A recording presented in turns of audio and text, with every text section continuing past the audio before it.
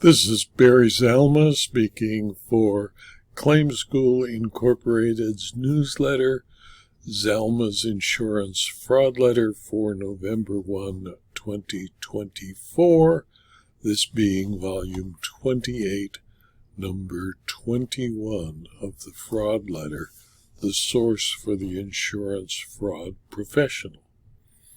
Zalma's Insurance Fraud Letter continues its 28th year of publication, dedicated to those involved in reducing the effect of insurance fraud.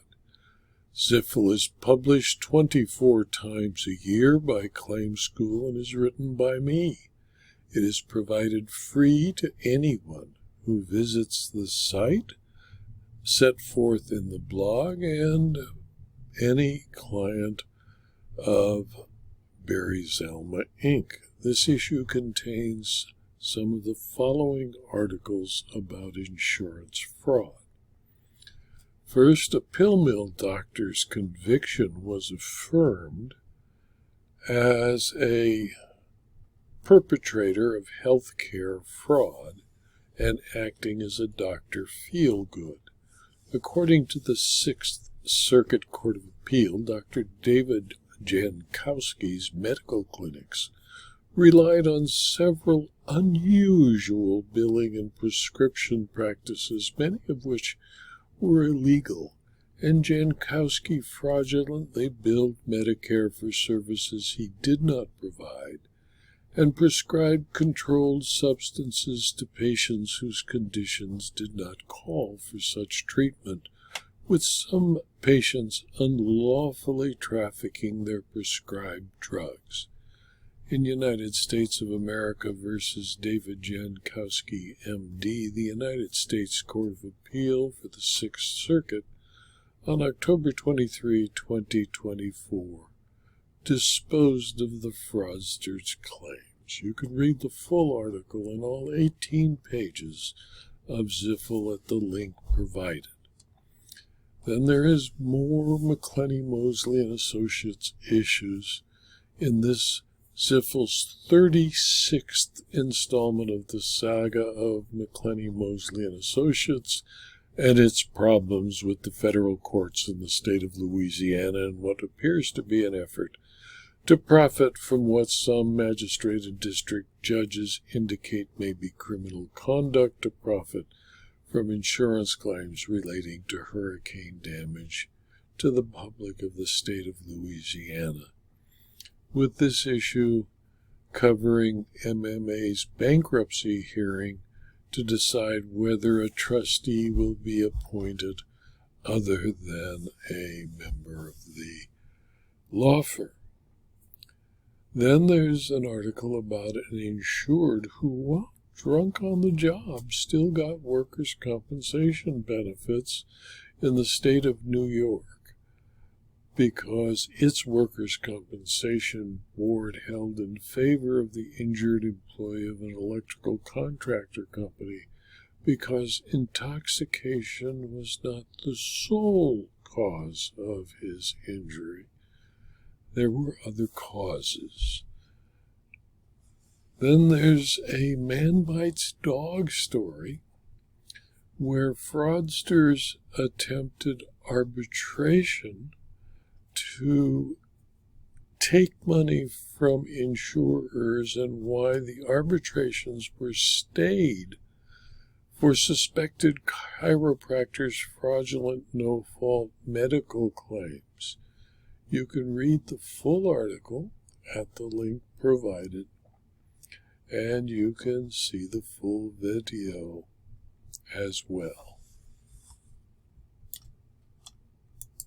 In Government Employees Insurance Company, Geico versus Didier Desmesmin, M.D., and several chiropractors, including the Mendoza Chiropractic Office, they were stopped from pursuing certain no-fault insurance collection arbitrations or initiating new collections proceedings during the pendency of Geico's lawsuit to recover what it believed it paid in fraudulent claims. You can read the full article and all 18 pages of ZIFL at the link provided.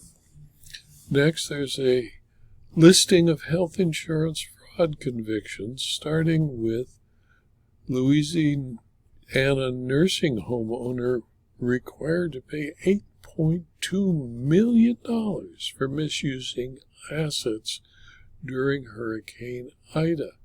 Bob Dean Jr., a Louisiana nursing home owner and several companies he operated, agreed to pay $8.2 million in a consent judgment to resolve allegations they misappropriated and misused the assets and income of 4 nursing homes in Louisiana before and after Hurricane Ida landfall. You can read the full article about this and dozens of other convictions for insurance fraud at the link provided.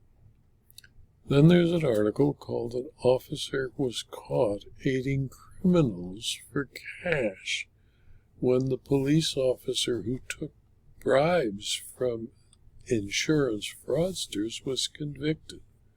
DeMarco Johnson appealed his convictions for taking bribes about insurance fraud, but the police officer lost and was sentenced to jail. You can read the full article at the link provided in the blog. Then there's a list of convictions of other than health insurance fraud, including a story about a former Lake Forest agent convicted on 90 counts of insurance fraud after stealing nearly $200,000 in premium payments.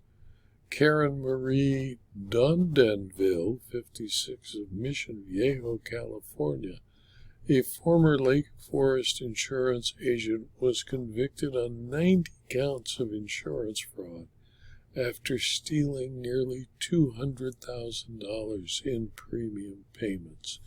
You can read the full article at the link provided along with all 18 pages of ZIFL. Next is an article on the need to understand the mutability of memory. Investigators and lawyers believe they are told by eyewitnesses who describe what he or she says with conviction. However, every professional investigator or litigator must know that memory is not necessarily accurate because very few people have a perfect eidetic or photographic memory.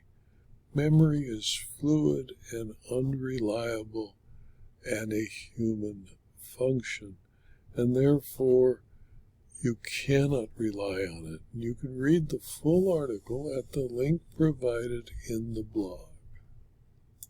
This video was adapted from my blog, Zalma on Insurance, and from this issue of Zalma's Insurance Fraud Letter.